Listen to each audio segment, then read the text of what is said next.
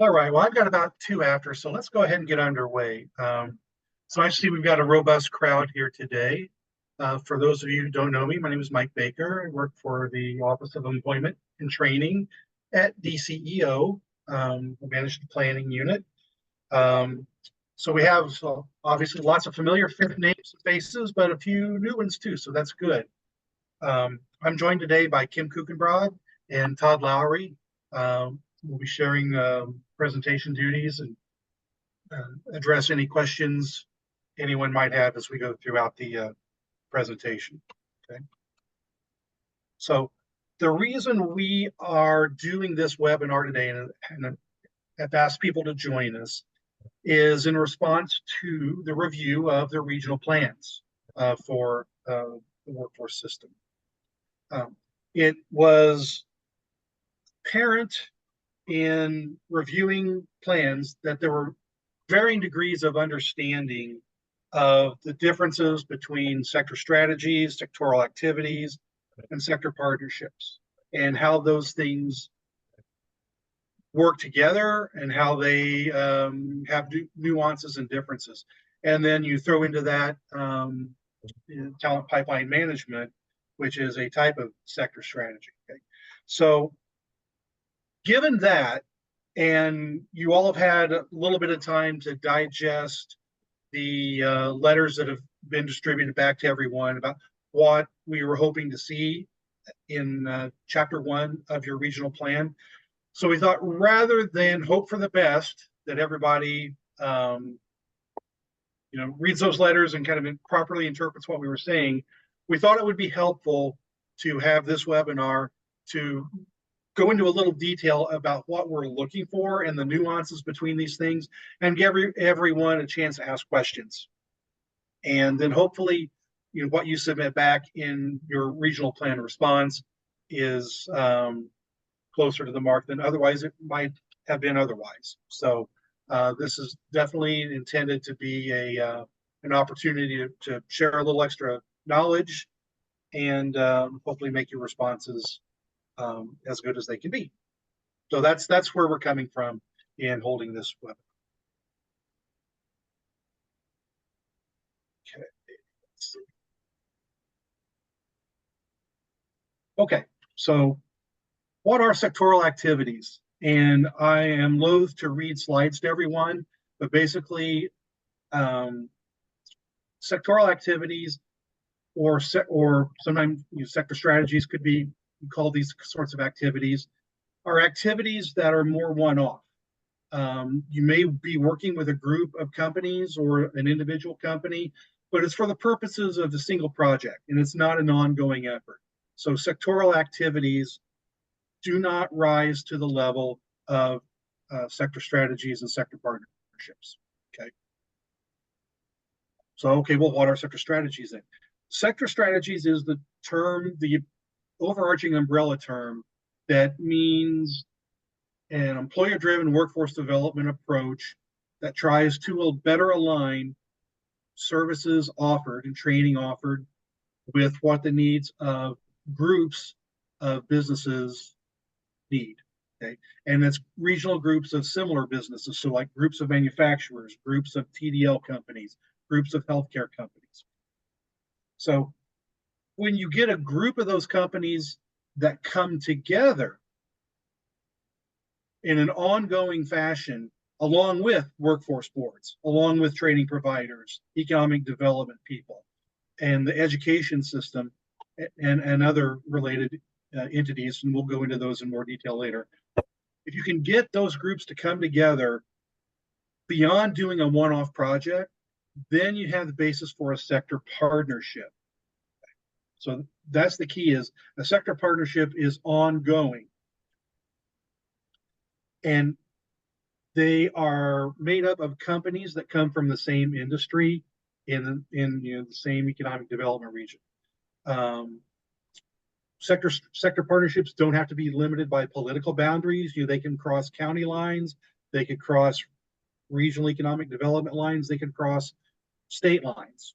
It's basically coalitions of the willing of similar businesses that have similar opportunities, similar pain points, similar challenges. The nice thing about a sector partnership is that they are free to focus on issues beyond workforce development. There may be regulatory issues that pose a challenge to all these companies that they might work on together. There could be transportation or logistic issues of getting supply chain items worked out. That may or may not be a workforce issue. But that's the thing to keep in mind is for a sector partnership is that group of companies that have come together to, on an ongoing fashion, deal with shared opportunities and challenges. So then, beyond that, the first, for those of you that have studied talent pipeline management, the first strategy in talent pipeline management is form an employer collaborative. Well, that's another term for a sector partnership, a group of companies that have come together to deal with common challenges and common opportunities. And Kim Kuchenbrod is on with us today. She's our expert on talent pipeline management. So I'll turn this slide over to Kim to speak to this. So Kim, I'll just fast forward through things as you would like me to here.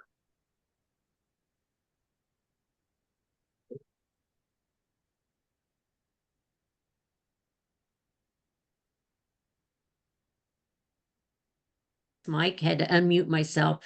First of all, for TPM, Talent Pipeline Management is a group that comes together to address their talent supply chain. Their focus is solely going to be on workforce development issues to create a streamline of talent for a very high demand, hard to fill positions. TPM, first and foremost, is facilitated by a neutral convener, and that neutral convener can be the business service team rep. We've trained apprenticeship specialists in that, and they can all be identified by a special badge, which I will talk about in a few minutes. The reason why they serve as a neutral convener is because of the confidentiality that's involved in TPM sector strategies, and they have nothing to gain. For example, if a large champion employer was to serve as the convener, they have something to gain because they're going to have access to all that confidential information, and that trust factor will not be there. They also, a training provider, in some cases, we've used a training provider, but a training provider has something to gain, and that is their clientele for training. Whereas the LWIAs are very neutral.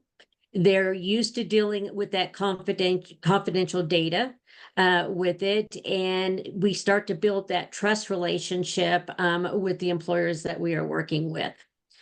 Next bullet point is the one thing about the sector collaboratives is the employers are the customer. The whole goal is it's about the ROI for the employers. So the employers determine the focus based on what their talent needs are. And sometimes they don't know what those needs are. They know they have lots of openings, they have big skill gaps, and they're having problems filling those positions. And then they may have a high turnover rate. So collectively, that facilitator is going to walk them through that process to identify what those talent needs are and then develop a strategy plan. Everything is based on the critical job demands. The state provides some wonderful data, and many of you use that to develop your plans. But in TPM, we get into very granular data to look at not what we need over the next 5 years, but what we need over the next 12 months to fill those jobs that are critical to the production of those companies. Next one. Then we start to look at, once we've identified the needs of it, we start to look at how can we align and communicate the job requirements to our training providers? Can we identify new and approved industry-driven credentials? Can we introduce apprenticeships to that? Are we diversifying our workforce? Because are we not diversifying our workforce simply because the employers put all of their trust into one training provider? And so you start to look at the training providers across an economic development region or at a statewide level that can provide that exact training. We also look at the capacity of the training providers to expand those programs.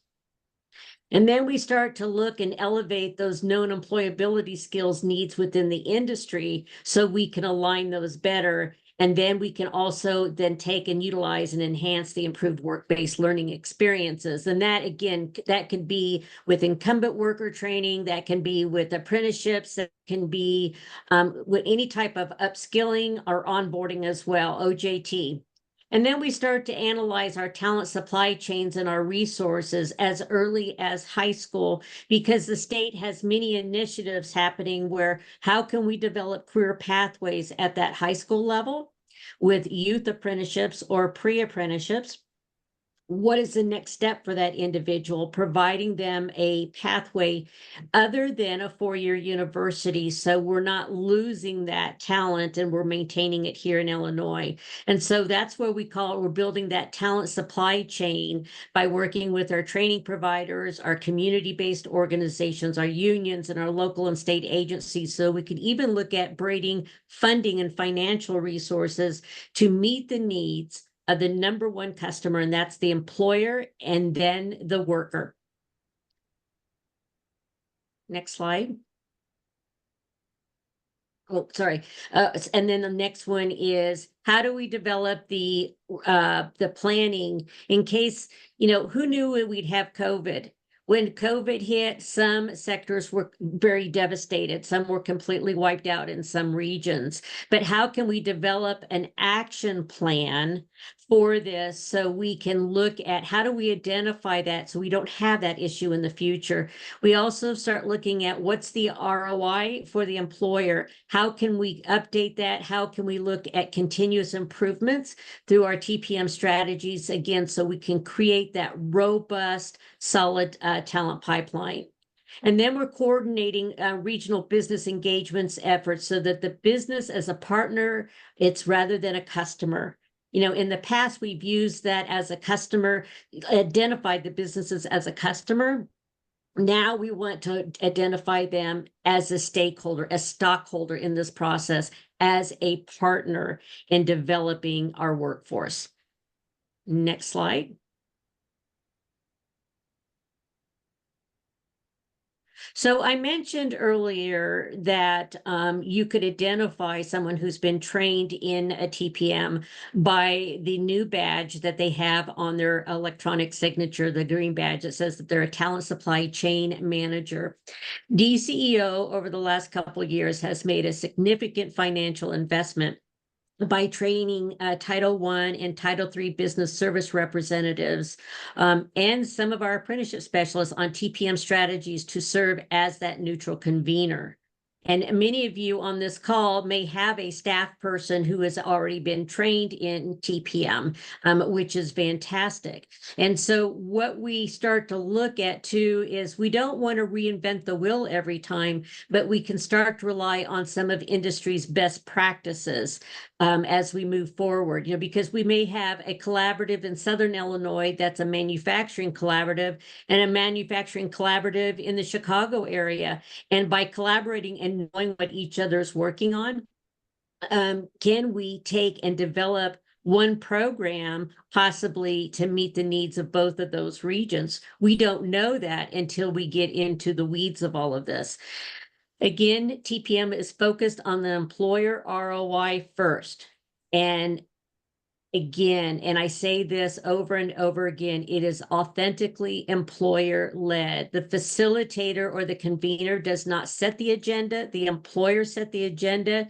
They set the time on how many times they meet. They set the time on and agenda for what are we going to focus on and what are we going to target. TPM is also a structured process for collecting all of that information. So if you see the TPM green signature badge You know you're talking to someone who's been trained as a TPM practitioner. And we're also developing TPM academies. Illinois has now had two, and we're working on developing a second cohort that will start to take applications probably in late winter, with it starting next spring. Next slide. So what Illinois is trying to do is move away from the old school way of transactional in our industry sector partnerships to more transformational engagement. And you see that through the TPM strategies that our specialists have been trained in. So instead of just filling a job order or doing a one-off job placement, or even going one-to-one in a relationship with the employer, now we're solving hiring and training and creating that pipeline to meet the needs of many. And we're looking at that systems change in developing career pathways. So we are aligning what's happening with ISB and CTE and what's being taught at our community colleges. Are we aligning based on the needs that we have? And that's also well into the four-year universities. So we're developing and opening up those those channels of communication, rather than the training providers developing a program, presenting it to the employers, and the employers may agree to it. But unfortunately, those employers haven't done their own homework to make sure it is a fit for them.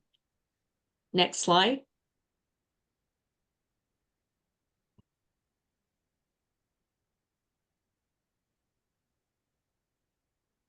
And do you want to keep going on this, or you want me to jump in? Go ahead, jump in. Okay, so looking even bigger picture to a sector partnership approach, again, we're looking, the old school way of doing things was working with individual companies one-on-one. Business as customers, not as partners or stakeholders. Or I'm sorry, stakeholders rather than stockholders. Program driven. It's like, okay, here are the services we offer. How can we make what we already do work for you as a company? Hoping for the best, wishful thinking is not a great strategy, typically. Workforce only issues. Make sure representation oriented, meaning everybody has to be at the table for us to talk about doing anything. And that futile search for consensus, meaning everybody has to agree unanimously on what we're going to do before we can do anything. Tied to organizational turf and jurisdictions, that's the political boundaries I was talking about earlier. Sector partnerships can transcend those. So what works better than the old school way of doing things? Okay, working with clusters of companies or groups of companies. And I'm not going to read all of these to you, but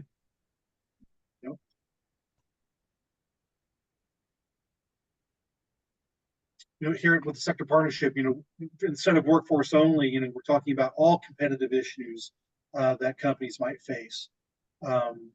Business priorities first, rather than let's program target populations. The champion led is key. Having a key business champion in the region is vital for bringing in companies.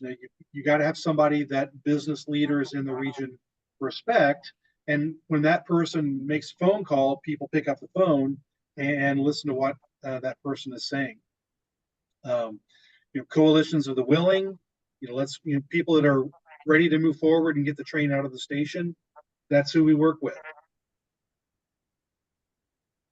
And, we all have examples of, anecdotes of, well, somebody somewhere was able to do something pretty cool. What can we do to make that repeatable?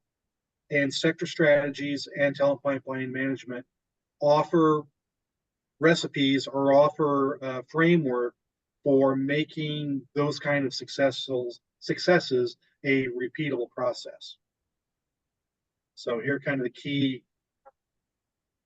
factors to keep in mind for successful sector strategies. Okay. So Kim, I'll turn it back to you to talk about this graphic. Thank you. So if you can visualize, who are all the players that are involved in an industry sector partnership? They can be very similar to just a sector partnership. The key is the nucleus and the focus is the businesses. They are in the center of the spotlight. They're the ones who are driving the conversations and the agenda. On the outer ring, you can see all of our different organizations that we are all working with, and we bring them in as a listening partner, and they come in at different stages within an industry sector partnership. And let me kind of explain that. When we start developing the businesses, the first thing they need to do is do their homework. And we need to look at what is your demand? What are your critical demand needs?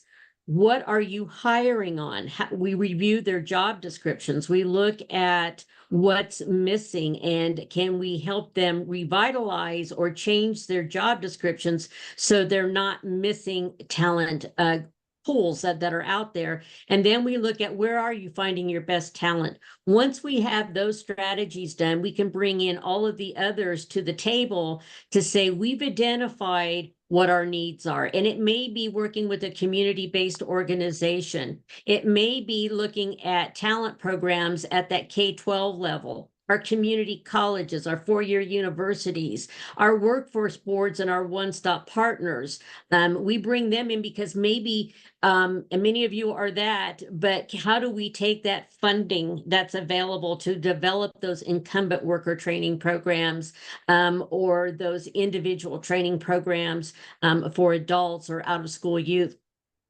We bring in our economic development organizations because they have a wealth of information on what the projected job needs are. They're going to know if there's new industries coming in. Are they going to identify emerging industries that are coming in?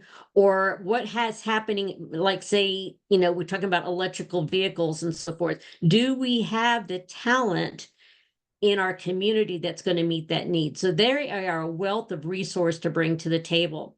And of course, our organized labor is important to have at the table, and industry associations. Industry associations, economic development organizations, and chambers of commerce can serve as a champion to help you identify key industries to bring to the table. Remember, they've already developed that relationship with them, and they can help you create that industry sector partnership. And then the most important person right after the businesses is that convener who's been trained in the talent pipeline strategies. Again, they are going to be facilitating and help drive that business sector group through the process and through completion so that they're going to see an ROI of their involvement. Next slide.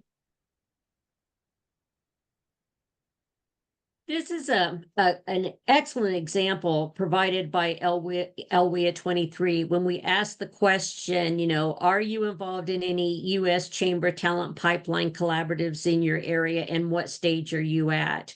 And as you can see, they have 4 active collaboratives within their area, and they were able to identify what strategy level of the 6 strategies are they currently at. So this was a great example, and this is what we are looking for when we ask that particular question.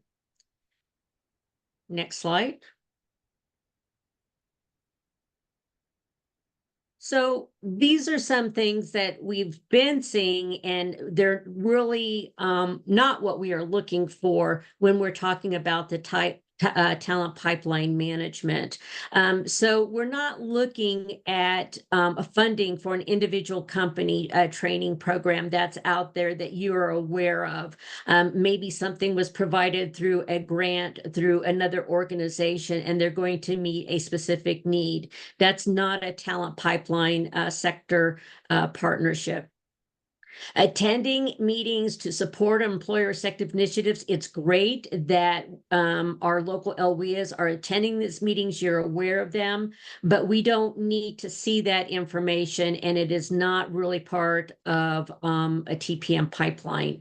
or even a verbal support, that you've written a letter of support for a grantee focusing on this, participating in job fairs, or not having enough aggregated data to provide what those talent needs are for the employers. And of course, there's other ones, working with an association, grant activities, non-actionable activities that are not directly related to the needs of the many is something that should not be included in your plans. And then if there's a misalignment within the regional plan. So those are some examples that we have seen across many of the plans. And we would rather see, here we are in sector partnerships. This is the strategy we are at.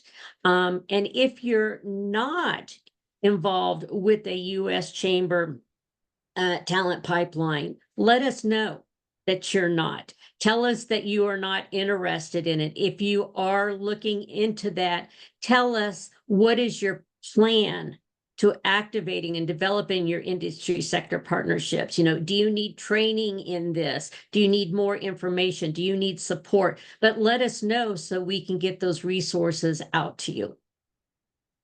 Mike, do you have anything to add? Yeah, thank you. Just that if you look at the planning guidance, item B in chapter 1 speaks to describe your sector-based initiatives and then tell us how you'll work to support convening sector partnerships or how you work with existing partnerships. We ask questions about, are there any existing sector partnerships in your region already? And if so, what do they look like? What are they related to? Who is involved in those? So kudos to everyone. We got great, robust responses about sectoral activities, but it was more spotty when the responses were in the area of, do sector partnerships exist here? If they do exist, are we interacting with them? Along those lines. So as Kim said, what we're looking for is basically we're trying to gauge everyone's understanding and awareness of existing sector partnerships or existing talent pipeline employer collaboratives, and where people are aware that those things exist, what is the interaction with them? And there are sources out there. I mean, in the Northeast region, there's a website dedicated to some existing sector partnerships in the city that we found on our own. And then I know in like Northern State Line region, there are a couple of existing sector partnerships, and those some forming down in Central Illinois. So we're just trying to make sure that everyone is aware and has done their due diligence to look out into the community and see, are these things happening? Okay. So let's recap a little bit.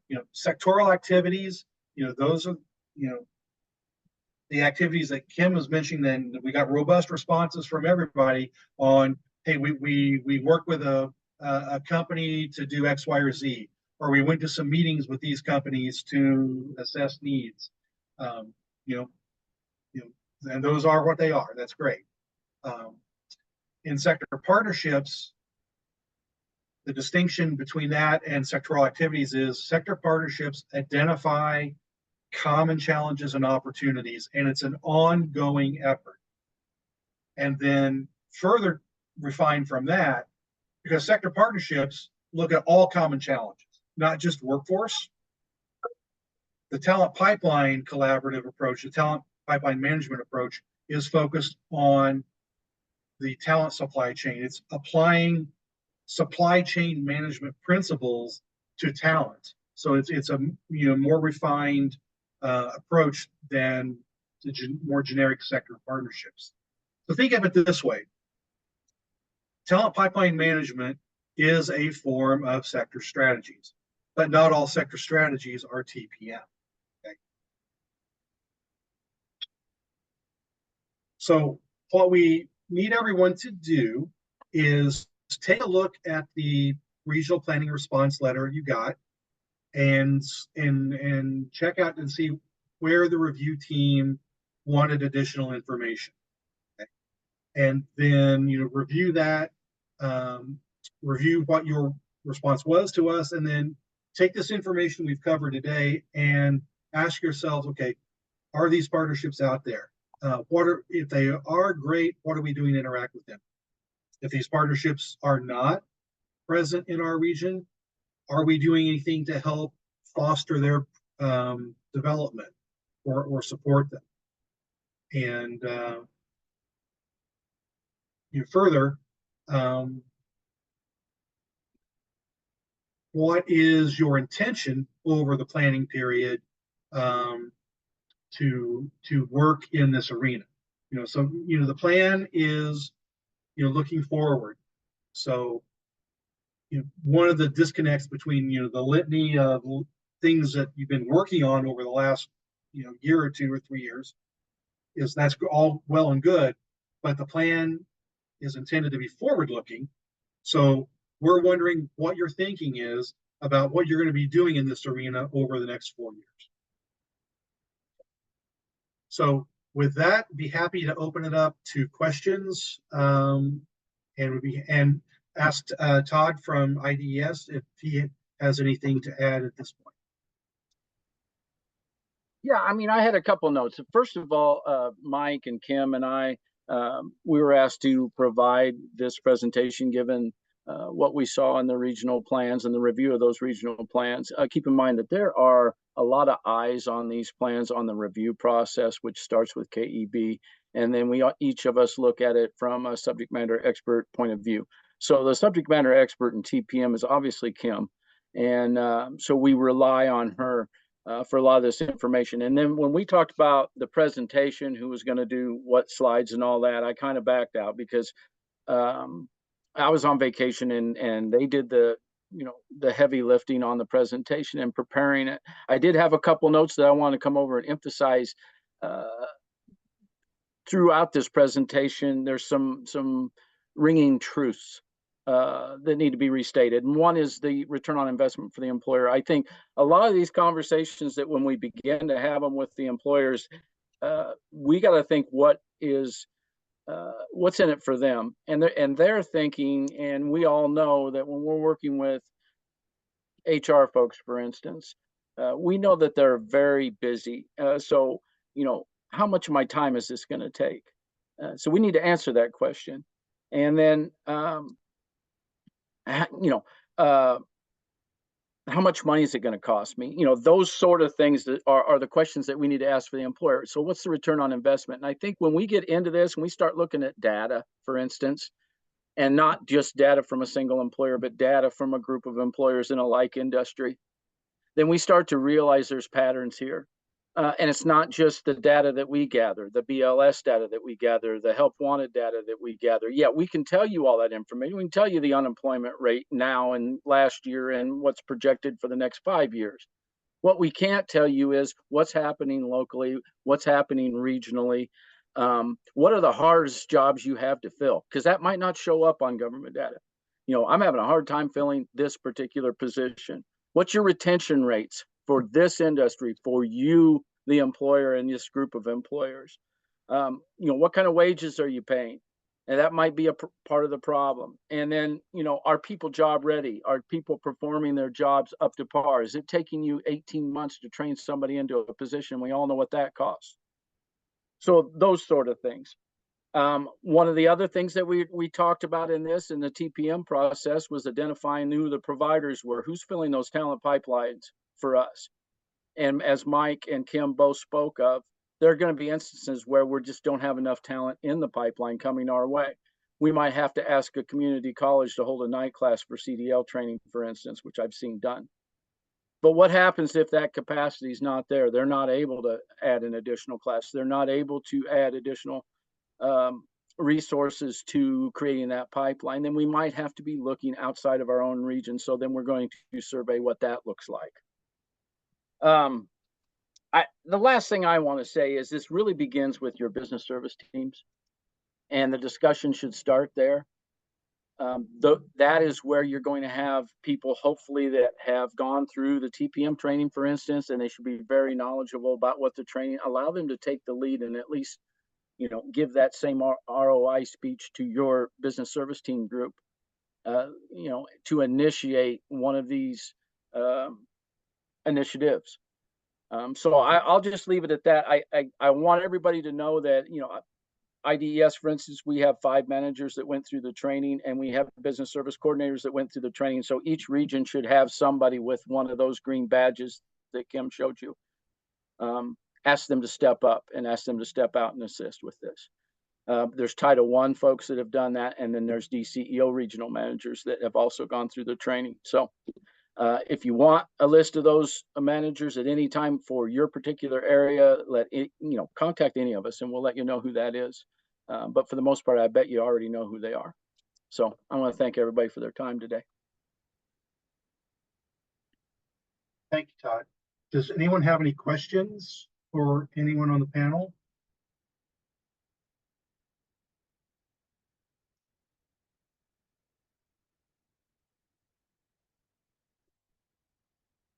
Okay. One question came up. I see was supposed to, will the slides and the summary be provided? Yeah, the recording will be at their YouTube page on Illinois WorkNet, and then we'll also add it to the regional local planning page.